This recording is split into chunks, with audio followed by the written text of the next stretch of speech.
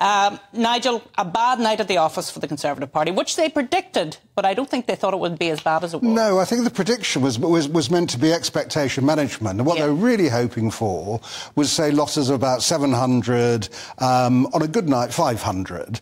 So, in fact, that their expectations turned out to be correct. And yeah, it was a disastrous night for the Tory Party. I mean, now you've got more Labour councillors for the first time in years. Yes, and we always talk in political programmes about red walls and blue walls. Sometimes I think people understand what those are about. But the red wall, when we talk about it, is the north of the country, which would have been traditionally Labour. And Midlands. And the Midlands as well.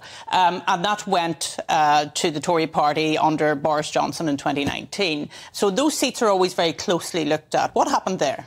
What I think happened there is that people don't think there's been the Brexit dividend that Boris Johnson promised them. So an awful lot of these seats will leave seats. And I just think that they feel it hasn't happened, that the great things that were promised for Brexit haven't happened, and they only lent Boris Johnson their vote, so they're drifting back now to the Labour Party, which was their natural home. Yeah, and I read somewhere, I think it was yesterday, that one of the Labour MPs was saying that pro-Brexit voters are now coming back to the Labour Party. Do you think they've forgiven the Labour Party for what they tried to do during Brexit? Yeah, I also think that the Labour Party has changed hugely since Jeremy Corbyn.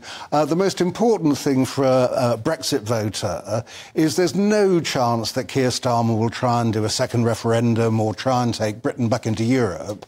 I mean, that has now been settled. I know Brexit hasn't been settled, but at least the fact that we are out and will stay out certainly has. And then we had the surge in the south, if you like, the blue wall seats, where the Liberal Democrats had a very strong showing. Yeah, and the Libs have done really well, which obviously brings on to the question of if there might be a coalition, whether or not the Libs would actually would be a possibility. But certainly, yeah, I mean, there were seats that Labour were target seats for Labour, but weren't quite sure they'd capture. Medway and Kent being, I think, a unitary authority, absolute key seat for Labour. All these things point to a general election victory, although we shouldn't really take local elections as being a kind of precursor of a general election result. But still, Labour in the situation we're not quite there for an overall majority.